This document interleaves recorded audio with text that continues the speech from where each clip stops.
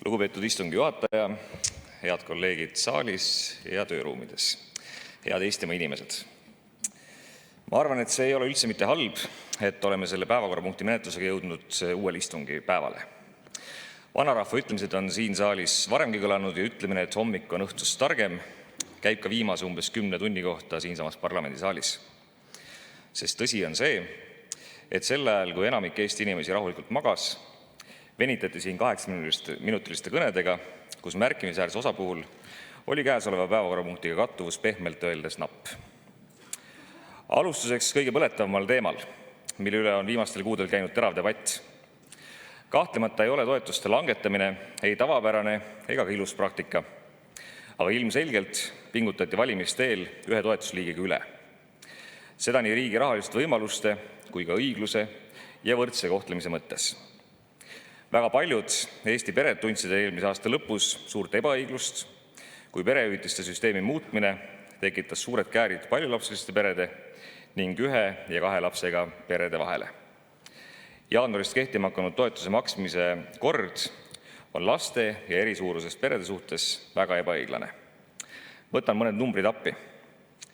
Iga kuu laekub lapsevanema arvele peretoetuse nimeline summa, mis 1 ja 2 lapsega perede puhul seisneb lapsetoetuses ja 3 ning enama lapsega peredes on selles peretoetuse summas summeeritud lapsetoetus ja lasterikka peretoetus. 1 lapsega pere puhul panustab riik praegu lapse kohta 80 eurot ja 2 lapse puhul samuti 80 eurot lapse kohta kuus. Aga kui peres on 3 last, siis iga laps saab riigilt tegelikult enam kui 300 eurot kuus. See ei ole kuidagi aus ja õiglane.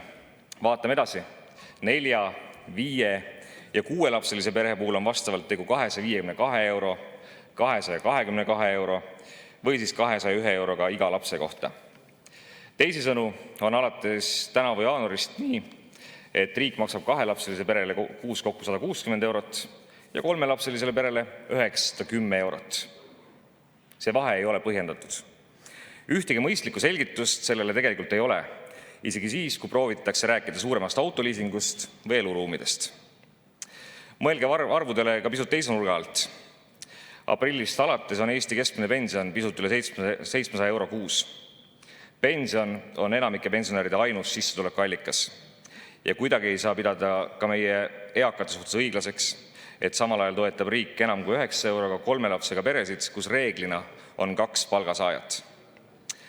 Rõhutan üle, et kui selles eelnõus pakutud muudatused 2024. aastal jõustuvad, siis toetab riik lasterikkaid peresid suuremate summadega kui 2022. aastal, kuid käärid 2 ja 3 lapsega pere puhul veidi vähenevad.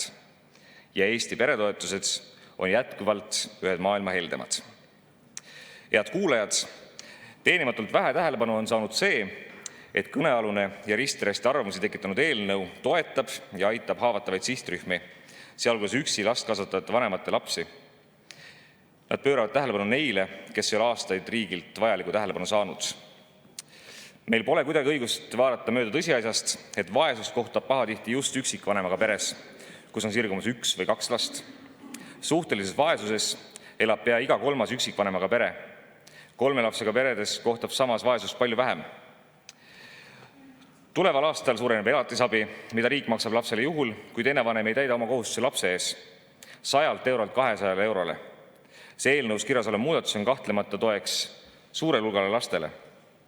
Ja tegelikult on siin juures kokku lepitud ka see, et lõpeb ülekohus, kus pärast vanemahüvitise lõppemist tööle läinud vanem saab haigestunud lapsega koju jäädes ja hoolduslehte võttes hüvitist vaid alampalga pealt.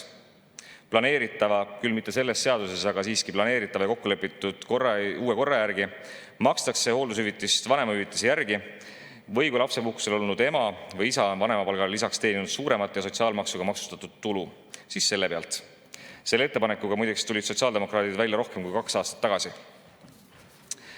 Tegelikkuses vajavad pered toetuste kõrval ka erinevaid teenuseid, mis julgustaksid saama nii esimesi ja teisi kui ka 3. ja enamaidki lapsi. Riigikohus langetas tänavu veebruaris otsuse, milles kordas oma varasemates otsustes välja öeldud, et omavalitsusel pole õigust keelduda lapsele lasteaiakoha andmisest. Kõrgem kohus rõhutas, et alushariduse kättesaadavuse eest vastutavad riik ja omavalitsused üheskoos. Tuhanded pered ootavad lasteaiakohta ja meie söandame neile ette heita, et nad ei planeeri peret piisava agarusega, et sündimuskordaja tõuseks. Üks osa madala sündivuse küsimusest on noorte naiste pidev sünnitusea lükkamine tulevikku. Aga milline noor soovib hariduse omandamiselt või tööturult lahkuda 2-3 aasta asemel näiteks 4-5 aastaks, kui ta lasteaiakoha puuduse tõttu järjekorras ootab? Peale lasteaiakoha on veel hulk teemasid, millele perelisa kavandamisel mõeldakse: tasuta lasteaia ja koolitoidu tagamine, huvikoolid, noortekeskused, spordiringid ühes parema kättesaadavusega, lastega turvaline koolitee ja palju muud. Peretoetustega läks Riigikogu eelmine koosseis ebaproportsionaalselt liiale. Korrigeerime selle ära. Sotsiaaldemokraatide fraktsiooni nimel kinnitan, et me toetame valitsust usaldushääletusel ja seisame tulevikus selle eest, et kui riigieelarve seis paraneb, siis tuleb tõsta esimese ja teise lapse toetust ja kindlasti jätta alles ka suurperede toetused. Ja mis samuti on väga oluline, arendada teenuseid, mida lapsed ja lastega pered tegelikult enim vajavad. Aitäh!